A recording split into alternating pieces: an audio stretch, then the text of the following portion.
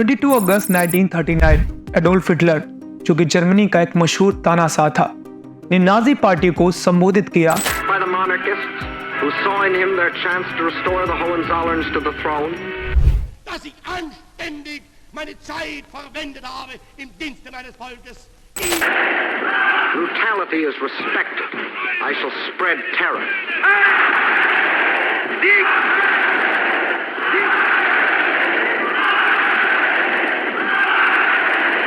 Today, Germany. Tomorrow, the world.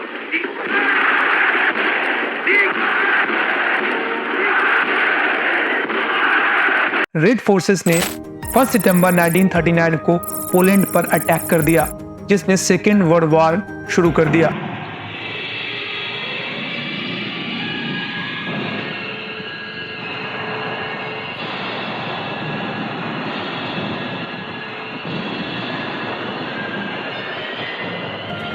ये world war, इसमें दो मेजर पावर्स, एक्सिस पावर्स जिसमें जर्मनी, इटली और जापान, और अलाइड पावर्स जिसमें सोवियत यूनियन, ग्रेट ब्रिटेन और फ्रांस के साथ साथ यूएस के बीच लड़ा गया।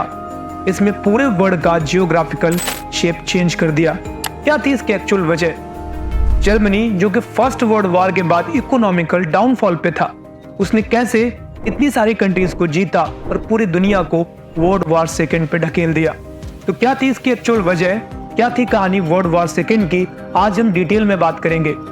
तो चलिए करते हैं अपना वीडियो स्टार्ट। जर्मनी, जो कि सेंट्रल पावर्स का एक प्रोमिनेंट मेंबर था, जिसमें उसके अलावा ऑस्ट्रो हंगरी, ऑटोमन एम्पायर एवं बुल्गारिया भी शामिल थे। वर्ल्ड वॉर 1 स्टार्ट हुआ। वर्ल्ड वॉर 1 में जर्मनी ने एक इंपॉर्टेंट रोल प्ले किया।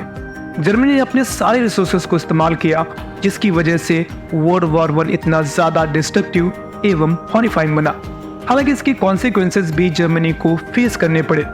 वर्ल्ड वॉर 1 समाप्त होते होते जर्मनी ने अपनी 12% से भी ज्यादा पॉपुलेशन एवं 13% से भी ज्यादा लैंड गंवा दी। The Germany political and economical situation today is extremely difficult.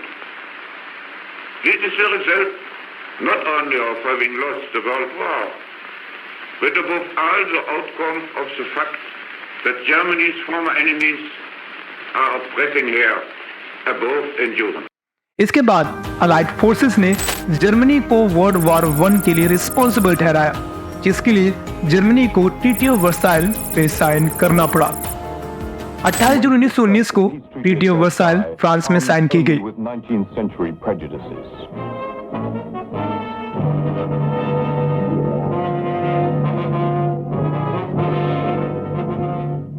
The idealism of President Woodrow Wilson would soon be shattered by the harsh practicalities of his European partners. They were determined that never again would the Germans have the opportunity of ravaging France. The treaty dismembered Germany and its allies, the Austro-Hungarian Empire and the Ottoman Empire. These large and powerful states were to be broken up so that the various ethnic groups they contained would have their own separate countries.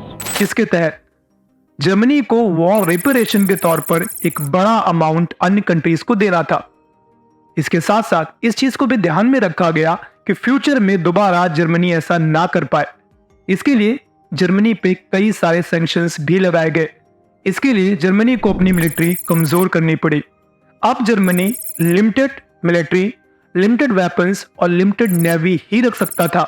इसके साथ साथ अब Germany की air force को समाप्त कर दिया गया।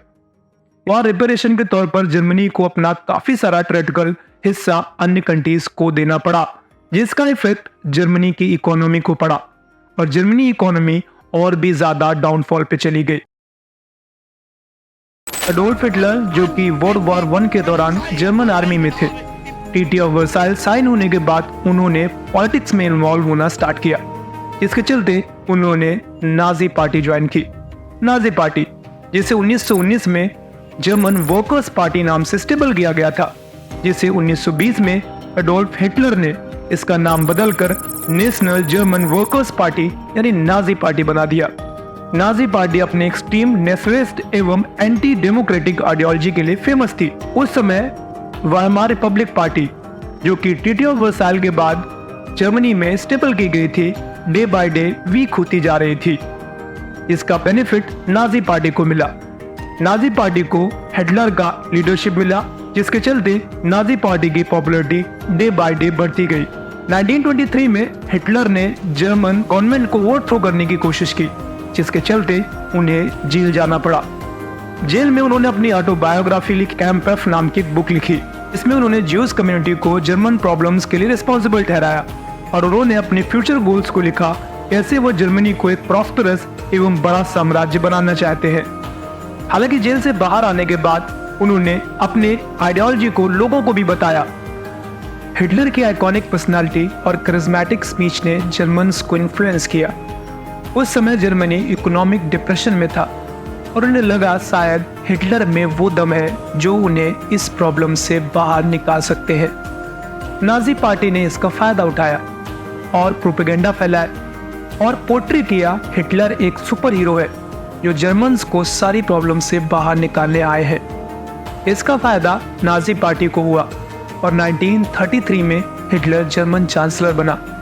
शुरुआत में हिटलर ने जर्मन इकोनॉमी को स्टेबलाइज करने के लिए कई पॉलिसीज चलाई। उनमें से कुछ पॉलिसीज ऑपरेसिव एवं डिस्क्रिमिनेटिव भी थी, जिनमें ज्यूस और अदर माइनॉरिटीज को हरास किया गया और उनकी प्रॉपर्टी को भी उनसे छीन लिया गया। मार्च 1933 में हिटलर ने इनेबलिंग एक्ट पास करवाया और वो एक्सट्रीम पावरफुल बन गया। declared a state of emergency and assumed dictatorial powers. From this, it was only a step to the abolition of all political parties. In the new Reichstag, there was only one party, Hitler's party. In the new Reichstag, there was no debate. The deputies were stooges who applauded, got paid, went home. Trade unions were abolished. Instead, the German Labor Front, to discipline the workers and teach them what to think.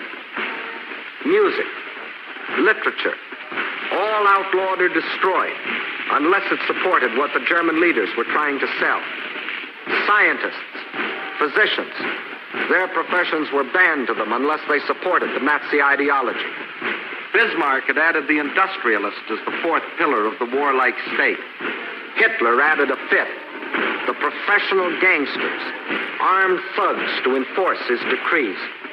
And if the German officer had been the ideal of the Kaiser's Germany, उन्होंने political opponents और democratical institutions को तबाह कर दिया। उन्होंने अपनी territory को बढ़ाने के लिए अपनी मिलिट्री बढ़ानी शुरू की। हालांकि ये ट्रीटी ऑफ वर्साइल के खिलाफ था और उन्होंने इसे भी इग्नोर किया। उन्होंने अपने आसपास के देशों में एक्सपेंशनिस्ट नीति को आगे बढ़ाया, जिसके कारण टेंशन क्रिएट होनी शुरू हुई। उन्होंने 1938 में बार्लिन एग्रीमेंट के तहत ऑस्ट्रिया को एनेक्स किया। 12 अगस्त 1939 में हिटलर ने नाजी फोर्स को एड्रेस किया और पोलैंड को इन्वेड करने का इरादा रखा।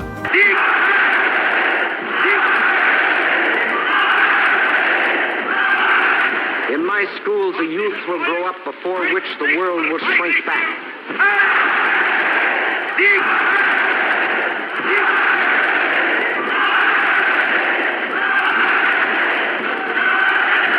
There must be no tenderness in youth. I want to see in their eyes the gleam of the beast of prey.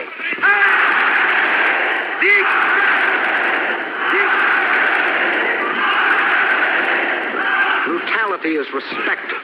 I shall spread terror.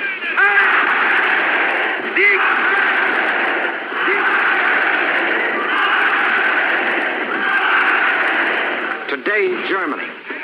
Tomorrow, the world.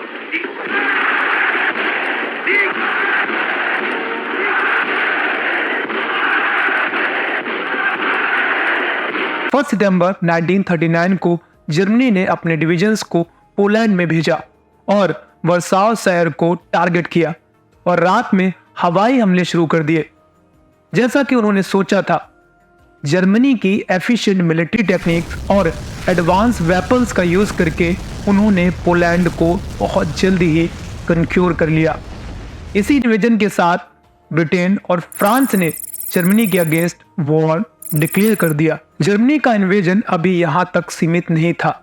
Hitler के supervision में Germany ने Europe के कई अलग अलग देशों को invade किया। उन्होंने 1940 में डेनमार्क, नॉर्वे, नीदरलैंड, बेल्जियम और फ्रांस को जल्द ही कंक्योर कर लिया। उनका तेजी से आगे बढ़ना उनके लिए बहुत बेनिफिशियल साबित हुआ और उन्होंने यूरोप के कुछ अलग अलग हिस्सों में नाजी रजीम स्टैब्लिश कर दिया। इस बीच जर्मनी में अराउंड 6 मिलियन यूज पीपल्स की ब्रूटल किलिंग हुई, जिसे पूरे वर्ल्ड ने कंडेम किया। लेकिन हिटलर के गोल्स अभी खत्म नहीं हुए थे। उनका एक इंपॉर्टेंट टारगेट जो कि सोवियत यूनियन था।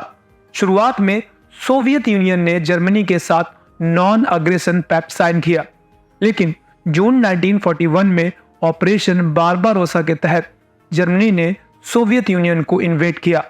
स्टार्टिंग में सब कुछ अच्छा रहा और जर्मनी ने काफी हिस्से को इन्वेड भी कर लिया, लेकिन ये इन्वेजन उनके लिए इतना आसान नहीं था। रशियन विंटर जर्मन आर्मी के लिए बहुत चैलेंजिंग साबित हुए। सोवियत यूनियन ने अपने खास तरीकों और अपने पावरफुल मिलिट्री फोर्सेस के साथ हिटलर की फोर्स को टक्कर ली। यह सेकेंड वर्ल्ड वॉर के लिए एक मेजर टर्निंग पॉइंट साबित हुआ। उधर जापान की एक्सपेंशन नीति से यूएस और जापान के बीच टेंशन बढ़ने लगी।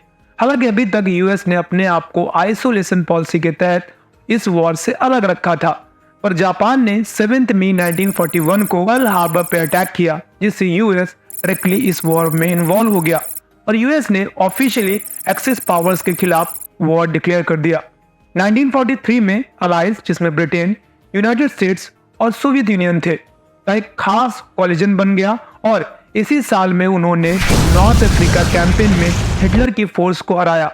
इसके बाद अलायंस ने इटली को इन्वेड किया और 1944 में वेस्टर्न यूरोप में डी डे नॉर्मंडी लैंडिंग्स के थ्रू मेनलैंड यूरोप में एंटर किया।